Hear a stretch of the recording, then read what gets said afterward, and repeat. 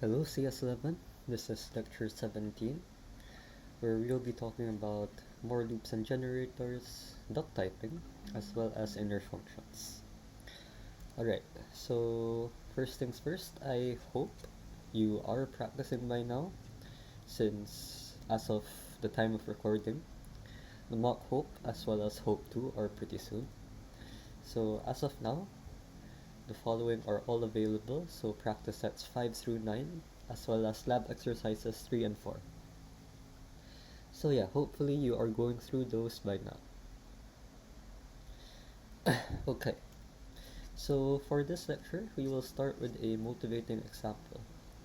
So if we have a tuple, we want to return its first and last elements. So that's pretty simple actually. So let's say you have a tuple. Tup is 1, 2, 3. You want to get its first and its last elements. So we know that tuple at 0 gives us the first element, then tuple at -1 gives us the last element. So if we want to write a function for that, so this is what it would look like. So let's say we have a function called first and last. Define first and last. So here we're asserting that first and last of this sequence is equal to 3, 2. So to make this, as I've mentioned, we can just do return sequence 0, sequence -1. So for this, given any sequence, you can just return the first as well as the last element. Okay. So there's actually a minor problem with this. And the problem with this is that if we give it an empty sequence, first and last, well, if we try calling that, what will happen is python3.py, oops, there. So we see here that when given an empty sequence, we get an index error since we can't index at 0 for an empty sequence. So we can detect this with unit tests. If we wanted to assert this is equal to something, we might want none, since there's no element. So yeah, unit tests can help you check edge cases with the functions that you're writing. So please, as with any lab, practice, or hope, please make lots of unit tests. Okay, so aside from returning none and none in case there's no first or last element, you can also raise an error instead. So if sequence is empty, raise a value error. So a value error means the sequence you're giving me is not a valid sequence for this function. So here, if we try to call first and last, then the empty tuple now, we now get the value error that we want from this line over here. So that is for this function. Now there is still a better way to write this. So this function only works if what we're passing in to the sequence is a tuple. So the reason for that is this line over here. Here, when we're checking if the sequence is empty, we are comparing the sequence to an empty tuple. So if I did something like first and last, then the empty list instead of the empty tuple, and I ran this, we would get the index error from a while ago. So this works for empty tuples, but not for empty lists. So in general, this function only works correctly, or it works as we expect, only if we pass in a tuple. So for a function like this that gets the first and last elements of a sequence, we don't really have a reason as to why we're just accepting tuples instead of any random sequence. So if there's nothing stopping us from accepting any sequence, instead of writing it like this, we could write it like this instead. So you might be familiar with this, if not sequence. So what this does is, if not sequence, it basically checks if the sequence is empty. So here, if the sequence is empty, not sequence will evaluate the true. So if true, we'll trigger this value error. So now if I run first and last, then the empty list, this will now give us a value error. So this now works for any random sequence that we give. So empty tuple still gives us a value error. An empty string also gives us a value error. So as you can see, this is now more generalized, or it can now handle more kinds of sequences. So it's more flexible basically. So now we can add different kinds of unit tests corresponding to different kinds of sequences, even sequences like range over here. Okay, so if we try to run that, we see that all of these assertions pass. Okay, so note that this first and last function, this doesn't really care about what the input type is. By input type, we mean whether the input is a list, a string, or a range, or a tuple. So if it doesn't care about the input type, we say that this function employs something called duck typing. So by duck typing, there's a quote commonly used for this. If it walks like a duck and it quacks like a duck, then it must be a duck. So basically, if it's a sequence we can index over, then it's a sequence that we're going to accept for this function. So that is duck typing. In general, try to make your functions accept as many kinds of inputs as possible, so long as it doesn't go against what the problem is actually asking you. So if you want to take in a sequence, try to accommodate any kind of sequence, like what we did over here. So yeah, use duck typing as much as possible. Try not to assume any particular type. You can't be 100% sure about how your user, or how the user of your function is going to use your function. So yeah, just try not to assume a particular type. And there is a principle related to this. So it's easier to ask for forgiveness than to beg for permission. I believe we went over this in one of the previous lectures. I think it was lecture 11. So yeah, it's easier to ask for forgiveness from the user than to ask the user, hey, what do you want? Just make the user themselves try to figure out how they should be, or try not to put the burden on the user as to what your function is supposed to take in. So yeah, that is for duck typing. So duck typing is going to make your functions much more flexible than they are. Okay, so let's have another example. So given a string, print the reversals of all non-palindromic substrings. So we've had this example way back in one of the first few lectures. So here we have for string in this call to the function. We print the string, that should give us this output over here. So if we have define revs of non-pal substrings, then substring, then we put the function body over here. Now note that since we're using this function call inside a for loop, what we can do is build a list when, or make this function return a list. So here I have this function. We start with an empty list. So result is empty.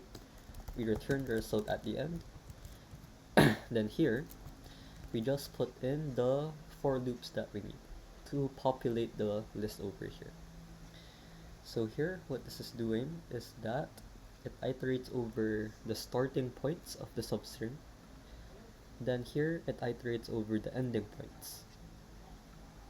So here, if I take this, these two for loops determine the substring we are looking at.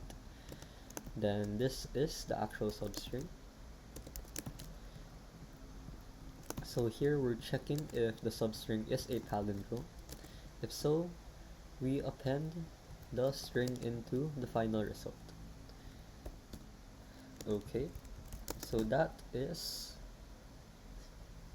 if it's not a palindrome, then we append the reverse. Okay, so if it's not a palindrome, we append the reverse of the substring. So this is how you would implement your function. If we had for s in reverse revs of, then we give it abaca, you would now have Python 3. We would now have the same outputs that we expect over here. So that is how we would make it if we were populating a list. So this isn't actually the best way to write this, in our opinion. A better way would be to use generators. So since you are using this function in order to make some sort of sequence, then there's nothing stopping us from making a generator. So what we have here is for substring in some other sequence, what we're doing is if not palindromic, if the substring is not palindromic, we yield. So instead of putting it into a list, we immediately yield. We yield that substring. Oops. So once we have a substring that satisfies what we want, we can yield the reverse of that substring. So something like this. For this, using some wishful thinking, we assume that we already know how to get the non-empty substrings of a string. So this is another way to write this function over here using a generator. So isPal is just return s is equal to reverse of s. Then for non-empty substrings, we still have to figure that out. But again, the beauty of wishful thinking is that we can assume we already have that before implementing it later. Okay, so as you can see, we've now broken it into these two sub-problems, getting the non-empty substrings and checking if something is a palindrome. So this is another way to write it. Remember, in the generators lecture, a comprehension that looks like this. So for sub in non-empty substrings, then chain that with if not palindrome. Then here is where the yield comes in. This is another way to write this generator over here using a comprehension. So note that both this and this make a generator. And yeah, that is another way in which we can write this function over here. So is palindrome is basically just this. Then for non-empty substrings, we've actually also had this in one of the previous lectures. To do that, we can just do something like this. So define non-empty substrings, then given a string. So what we do is iterate over the starting index of those substrings. So for I in range length of s, this goes over the starting index, then we yield from another generator. So substrings starting from s, then I. So something like this. Then again, this is another layer of wishful thinking. We're assuming that we already have a function that gives us the substring starting from a certain index. Then for that function, all we have to do is implement this. So define substrings starting from given a string and an index. We return yet another generator. So j plus 1 for j in range I until length of s. So j iterates over the ending index of the string. So that is how we implement this using a bunch of generators. If we try to run that now, we still get the same result. So as you can see, it's much more cleaner. And since we are using generators, remember that generators, if implemented well, are lazy. So again, if you're not comfortable with nested loops, generators are much simpler to work with. And again, nested loops can be broken down into individual loops or unrolled versions of those loops. Okay. So again, don't try to make all of these nested for loops all at once, since you might get confused. Okay, so this is everything that we had. So since they are all generators, they are all lazily evaluated. So remember that generators are lazily evaluated. So that means it doesn't evaluate the next element of the sequence until it really needs to. So that's why you can have something like x for x in range 10 to the 10. This is a generator and it's lazy, so we can just keep gen. So we can just keep calling next of gen, and it will only generate these values whenever we ask it to. So on the other hand, if we had something like list, then x for x in range 10 raised to 10, this would hang, since this is a really large number and it's already populating all of that into a list. Remember in the generators lecture that this is equivalent to list x for x in range 10 raised to 10. So we have a generator, then we're using the list function on that generator, which would immediately generate all 10 raised to 10 elements. So generators are lazy, so they don't hang if we make something as big as this. Okay, so because of that, we don't really have to worry about wasting any of the computation time. So if we have something like this, here what's happening is that we're taking the first 100 elements of this. Since this is lazy, this revs of non-pal substrings, which we implemented over here, since we implemented this lazily, even if we give it a ridiculously large input, like banana times 10 raised to 5, so if I wanted to demonstrate that, I could also use islice from iter tools import islice. So if I had iSlice, then 10, this should be this, then 10. If I wanted the first 100 elements of calling this on banana times 10 raised to 5. So a really big string,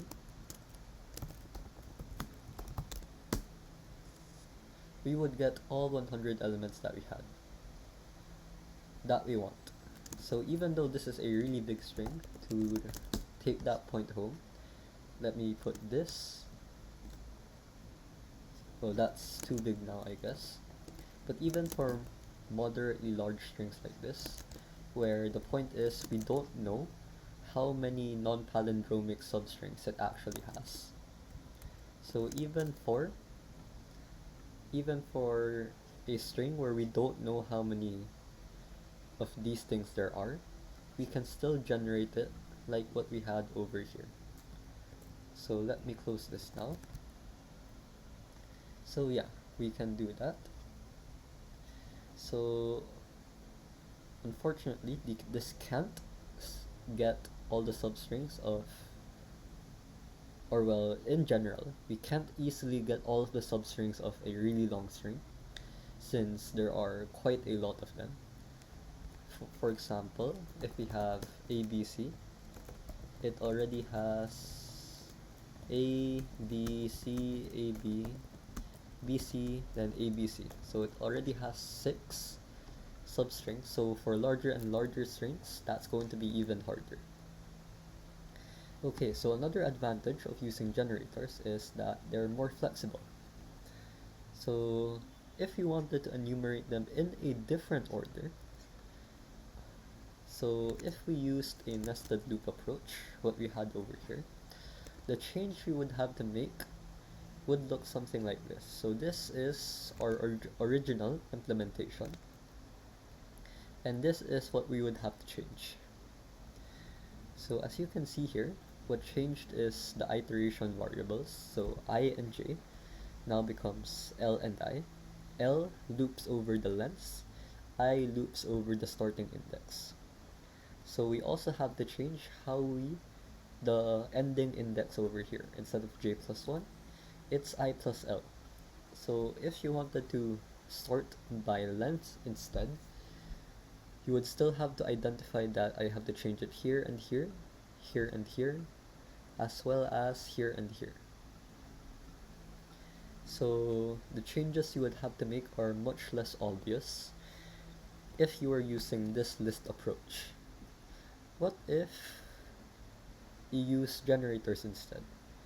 So here, if you were using wishful thinking and generators, you could delegate the substrings by length into a completely different function.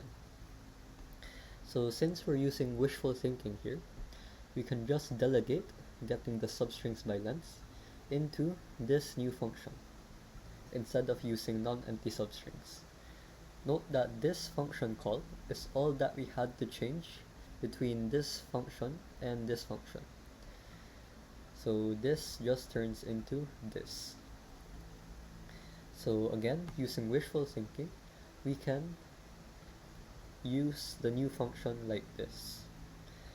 So this is how we would actually implement this. Again, using a generator, that would be for lengths in range length of s plus 1. We're yielding again from substrings with length this. So this is much more wishful thinking. So here, to get substrings with length, kind of the same thing as we had a while ago. So slice for the starting index in this range. But the key principle is the same. You're using wishful thinking in order to get functions like these. Note that since we're using generators here, we didn't have to use nested for loops. Well, in addition to that, we also use wishful thinking, which is also why we didn't need nested for loops. So an additional advantage of having all of these functions is, as mentioned in lecture 11, if you have multiple separate functions, that each have a clearly defined output based on their input, they are more testable. So each function we had a while ago can be given its own set of unit tests. So for example, these are the tests we have for is palindrome. These are the tests for substrings with lengths. Then here are other tests for other functions. So note that each specific function has its own set of tests. This is the beauty of unit testing. Unit, since you're testing each individual function. And so if one of your assertions fails, you immediately know which function is messing up. So there, note that since these return generators, what we're doing here, since all of these functions return generators, what we're doing is we're converting them into lists in order to unit test them properly. So there, we're splatting a generator into this list in order to compare it with this other list. So that is how we test all of the functions that we've had. And yeah, so I hope this shows that you should isolate your functions as much as possible. Try to make them do one clearly defined task at a time. So as we mentioned way back, decomposing your programs is a very good way in order to build much bigger programs. For example, for your project, it would be a very good idea to separate the important functions into the important details or mechanics into individual functions so that you don't get lost or something. Okay, so again, it's much better to have lots of small functions than a few really big functions. Okay, so that is for abstraction with generators. Okay. Alright, so let's look at more examples. Here we have a grid. Find the sum of all of its subgrids. So for example, if I have a grid 1, 2, 3, 4, 5, 6, 7, 8, 9, this is a grid. A subgrid would be any subrectangle of this grid. So for example, 1, 4, 7 is a subgrid. 1, 2, 4, 5 is another subgrid. 1, 2, 3, 4, 5, 6 is another subgrid. So is this rectangle. So find the sum of all of its subgrids. So basically, for each subgrid, get its sum, then get the sum of all of those sums. So so for each subgrid, just get its sum.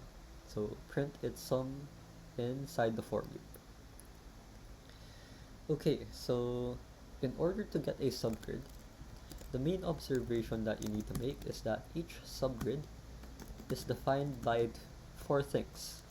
First is the I index, or the row index of its top row, so I1, and the column index of the row index of its bottommost row.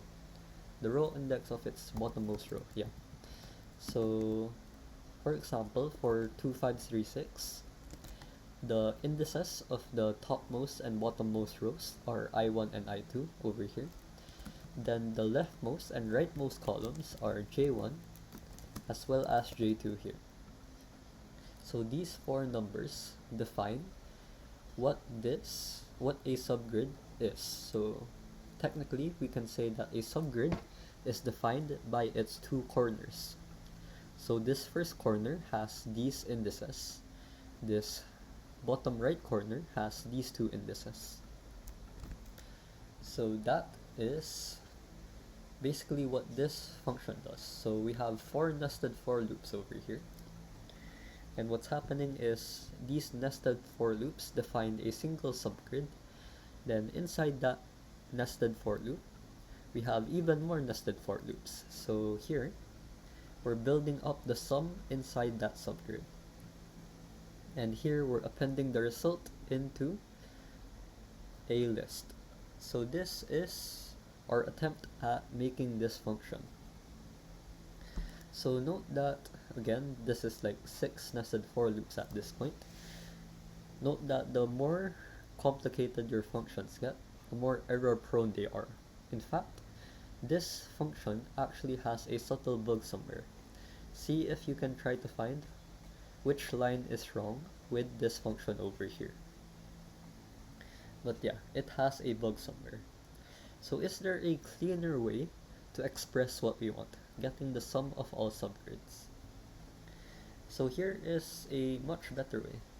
So here we're using a bunch of wishful thinking again. So we have our dimensions. This is separating all of this logic, yung getting the sum of a subgrid, into its own function. So subgrid sum gets the sum of the subgrid defined by these two corners. Then here we're iterating over all possible pairs of corners for the subgrids. So note that this is a lot cleaner compared to this. So again, we can represent a subgrid as I showed here using its top left and bottom right corners. So something like this. So since this is using wishful thinking again, all we have to do now is implement the remaining functions. So dimensions is pretty conventional at this point.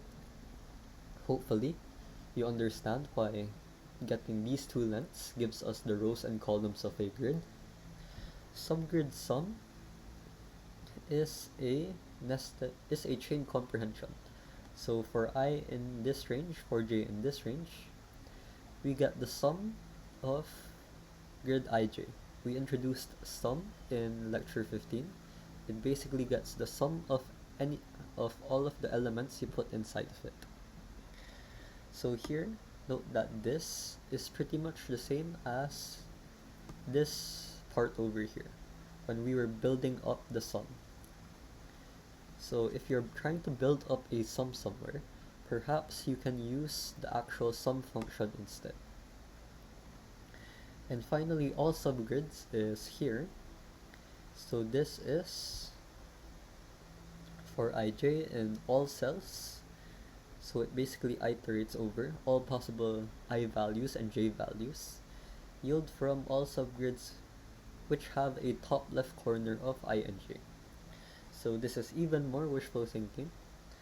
If we go here, all cells just generates all possible pairs of I and j, while all subgrids with top left basically does even more wishful thinking. So here, ij is supposed to be the top left, so we want everything that is to the southeast of ij, since we want I2 and J2 to be the bottom right corner of the subgrid.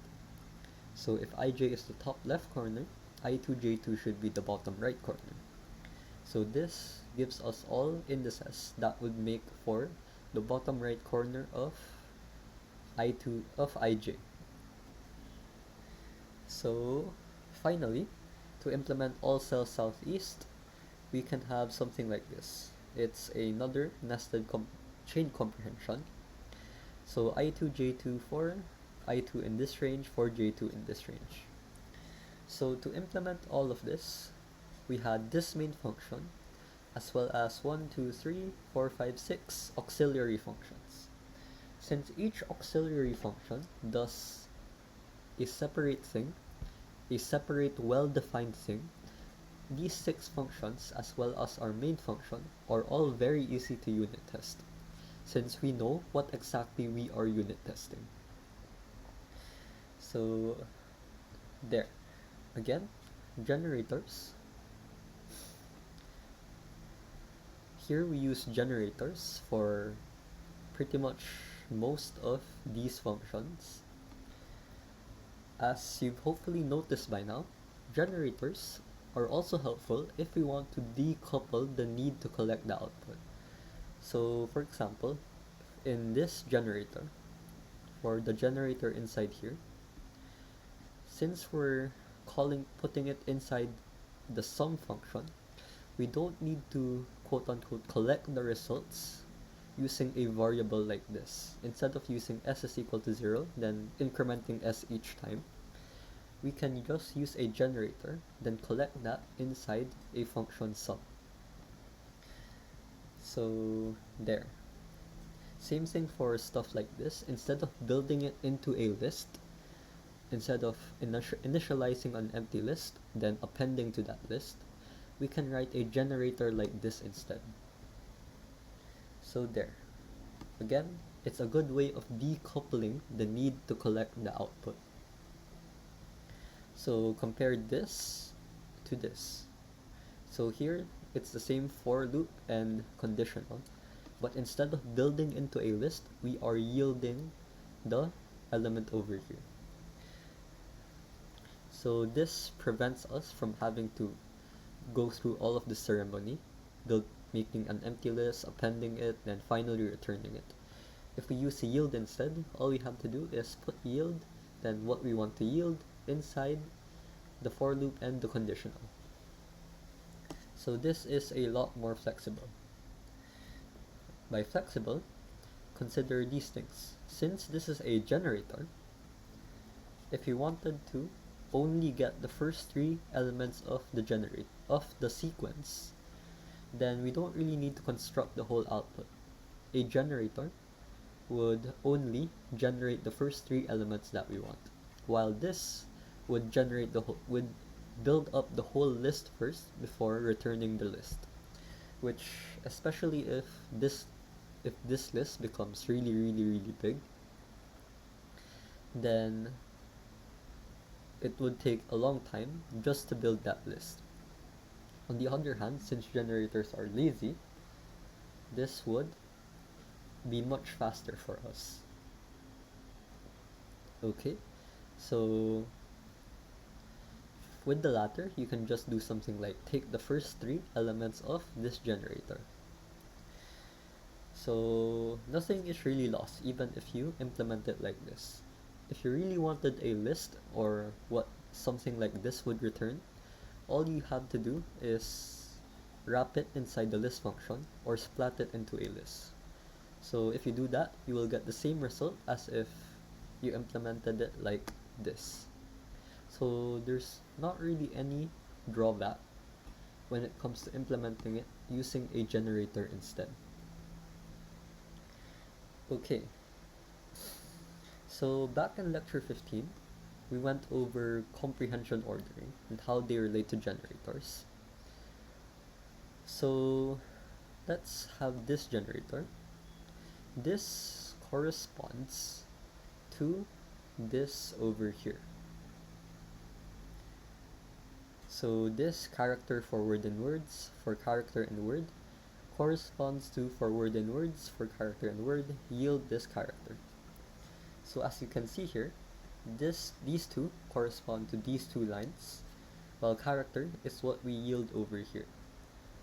Similarly, if we have something like this, these 3 lines basically correspond to these 3 lines, and this is what we are yielding. In general, if we have a generator like this, a chained generator corresponds to a nested for loop with the same order. So if we have for B and C, for D and E, that corresponds to for B and C, for D and E. Then if F, for G and H, if I, corresponds to if F, for G and H, if I. And finally, what's at the end over here is what we yield. So A corresponds to yield A. So that is the correspondence between generators and for loops. So of course, for comprehensions that are put inside other things, so for example tuple, this basically corresponds to this function f, also corresponds to this. So if we wrap both of those inside a tuple, they will do the same thing. So same thing for lists as well as sets. So this is the same thing as the nested for loop from this function. Okay, so that is the relationship between loops and comprehensions. Okay, so finally, for our last main topic for this lecture, let's look at this. So here, this is what we implemented a while ago to get the reverse of the non-palindromic substrings. So these are the non-empty substrings, and these gives us the substring starting at some index. So these two are our functions. So let me take this. Okay, so let me take this function and let me take this function.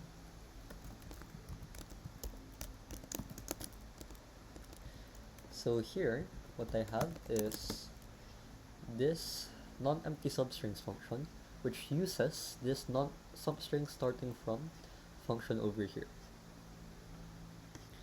So note that we use this inside of non-empty substrings.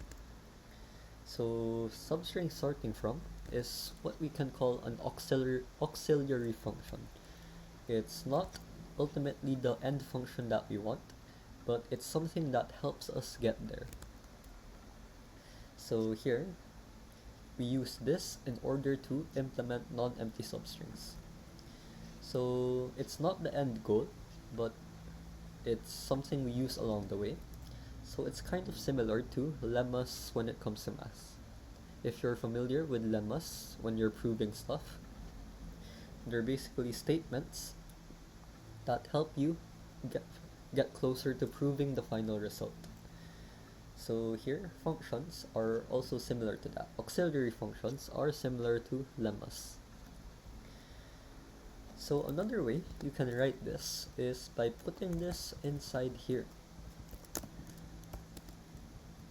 So here, instead of this, I now have something that looks like this.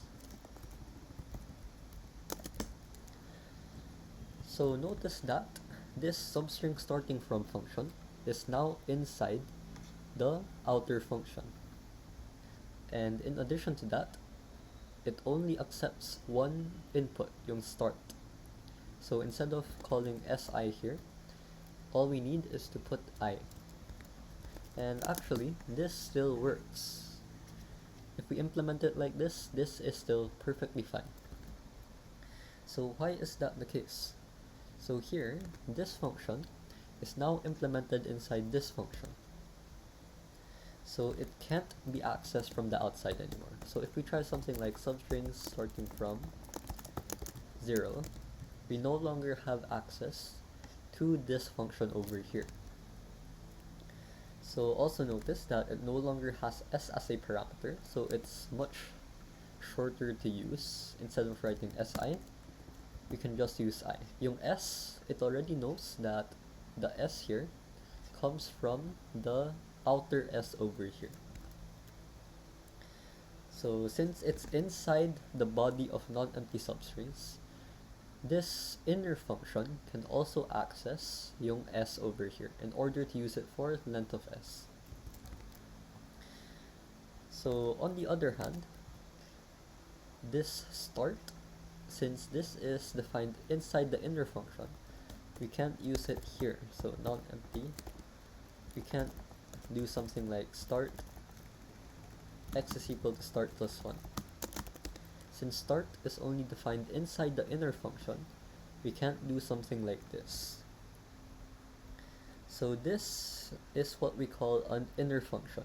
As the name suggests, it's a function inside another function.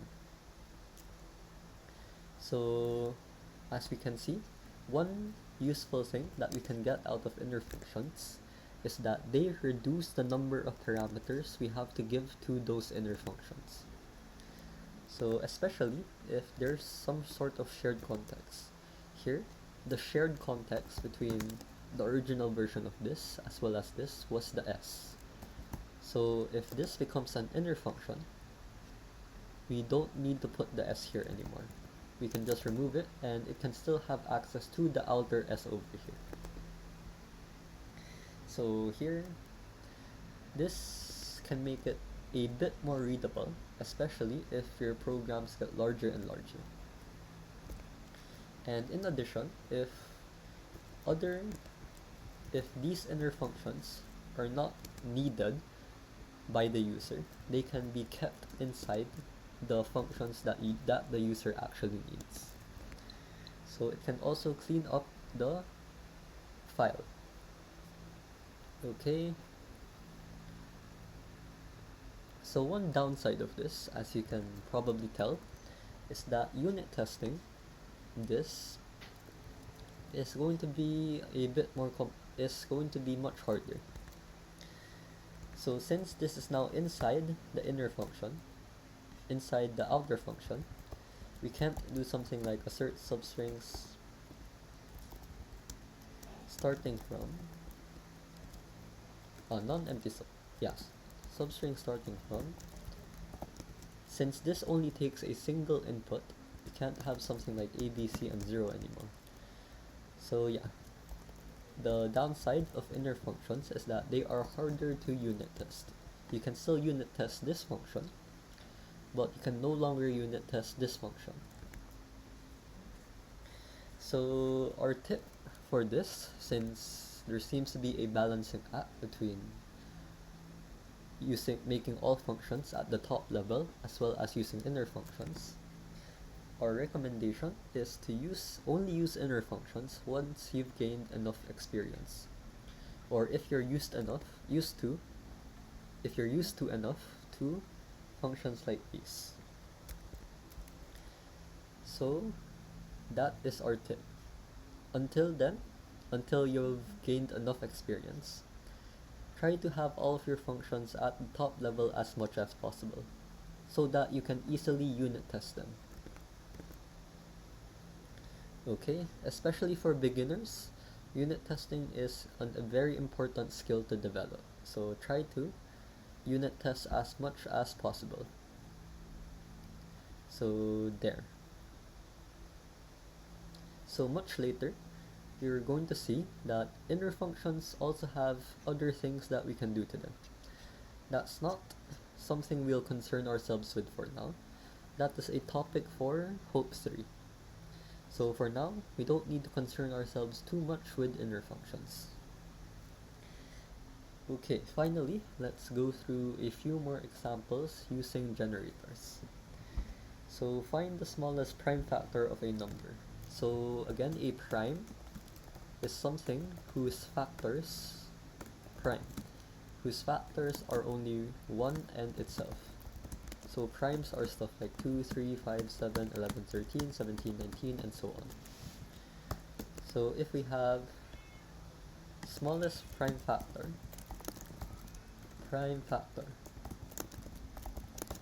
then we have a number n. How would we implement this? So first, our unit tests. Smallest prime factor of 69 is 3. For 79, it's 79. So if you want to use this using generators, all we have to do is, return. Then here, what we are doing here is we're filtering out the numbers from 2 to n such that n is divisible by p. So next, p in range 2 until n plus 1 if n is divisible by p. So if we do that and we try to run this, we see that these assertions pass. So what this is doing is that it's going through all numbers 2, 3, 4, 5, 6, 7. If it finds something that n is divisible by, we can show actually that that number is going to be a prime. If it finds something such that n is divisible by p, we can guarantee that p here is a prime. We're not going to show that here, but that's something we can prove actually. So this is a generator. What we are doing to that generator is just getting the first element of it. So this is smallest prime factor. If we want to handle errors, so if we try something like smallest prime factor of 1, this would give us an error since we would get a stop iteration. This would be an empty generator, and calling next on an empty generator gives us stop iteration. So to handle this kind of error, if n is less than or equal to 1, just put a error over here. So if we do that, this should work now. Instead of giving us stop iteration, it now gives us a value error. 1 must be greater than 1. Okay. So another way to do this is something like this. So instead of range 2 to n plus 1, we can do this instead. So itertools, from itertools has a function called count, which counts starting from a certain number. So if I have count of 2, what this will do is count starting from 2. So 2, 3, 4, 5, 6, 7, then all the way so on and so forth. So this will do the same thing since, well, n should have a prime factor, assuming n is at least 2. So even if this is an infinite generator, it should stop somewhere. So this will do the same thing. Okay, that's how we implement smallest prime factor. How about something like this, if you want to prime factorize a number? So for example, 69 is 3 raised to 1. Let me write that here. 69 is 3 raised to 1 times 23 raised to 1.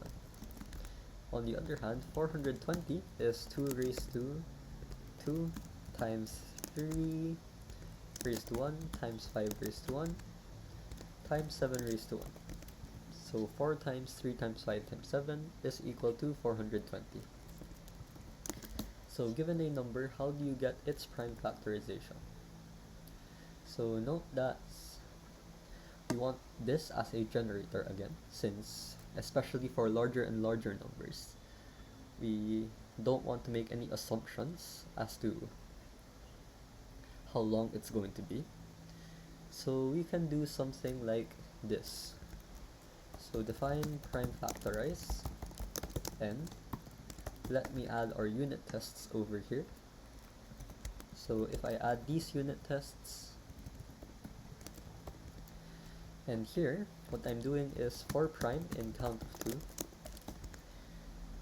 So what's happening here is n of e, n and e is equal to extract prime factor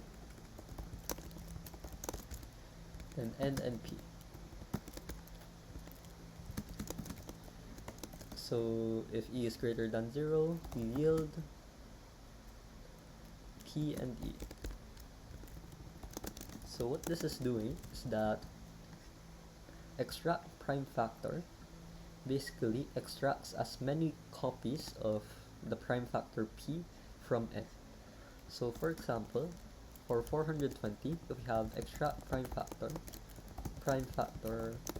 420 and 2, what we would have here is it extracts 420 from 2, it extracts 2 from 420 as much as possible. So 420 is 210 times 2, 210 is 105 times 2. So it extracts the 2 as many times as possible. So this would return 105, then the exponent, the number of times you extracted, is 2 times. So it would return 105 and 2. So that is what this function does. And to implement that, we can have something like this. So define extract prime factor. So to do this, to keep dividing by the prime factor, we can use a while loop. So while n is divisible by p, we start with a exponent of 0, divide n by p, and increment the exponent. Return n as well as the exponent. So that is how we would implement this. If you run this again, let me comment this out.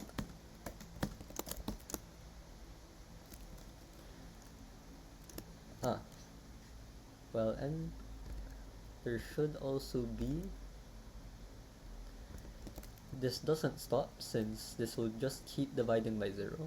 So this will go something like, for example, for 420 and 2, this will do something like 420 to 210 to 105. But on the other hand, so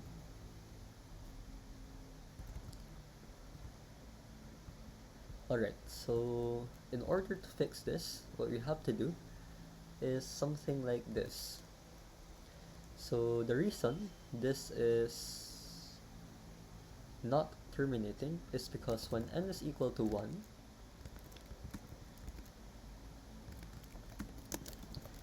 what's happening here is if n is equal to 1, let's say we have this. Since this count 2 is infinite, again it generates 2, 3, 4, 5, 6, 7, and so on.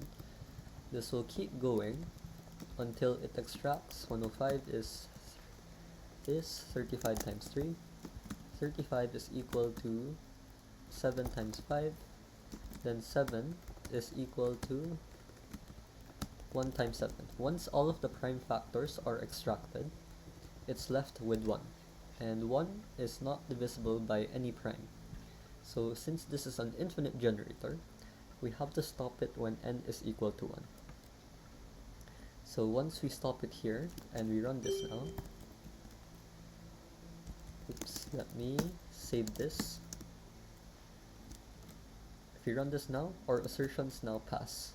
So if you're running into infinite loops, make sure you are stopping those infinite loops somewhere. So another way to write this is something like this. So here we have this. This is basically filtering out immediately. This is not going into the while loop if n is greater than 1. So if n is 1, it doesn't even go into this while loop, which is why this does the same thing as this. These two do the same thing. Okay, there is a slight optimization you can make to this. So if p squared is greater than n, then n should already be prime. So if we have something like this, so here we have p is equal to 5, p is equal to 3, and so on. So at this point, since 7 is already, since 7 squared is already greater than the value of 1,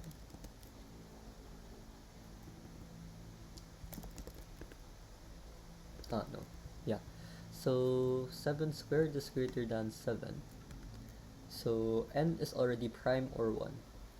So in other words, instead of writing it like this, we add 2 lines over here. So if p squared is equal to n or greater than n, we immediately set p equal to n.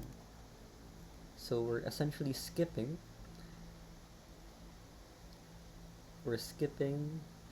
from p all the way until n.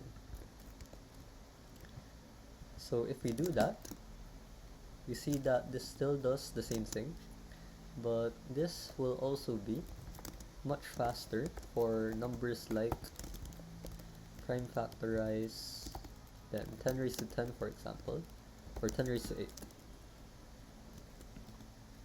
So we see here for 10 raised to 8, it runs pretty much immediately. If we remove these lines over here,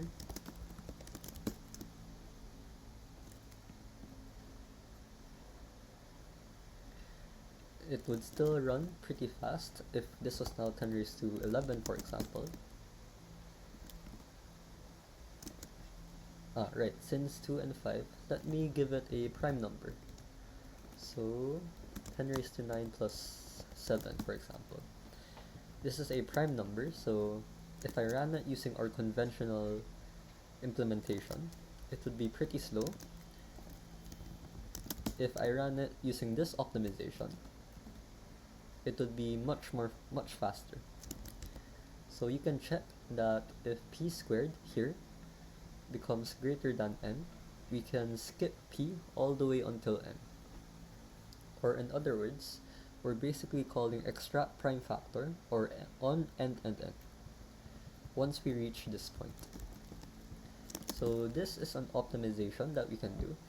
You can show that instead of taking n steps for this, it would take square root of n steps instead. So instead of taking, for example, n steps for this, it would take square root of n steps instead for large inputs like this. So later on in the final arc of CS11, we're going to see how good optimizations like these are. So how good is square root of n compared to n?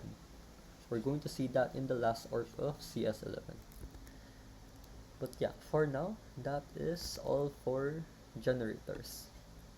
So this is going to be the last lecture of the second arc of CS11.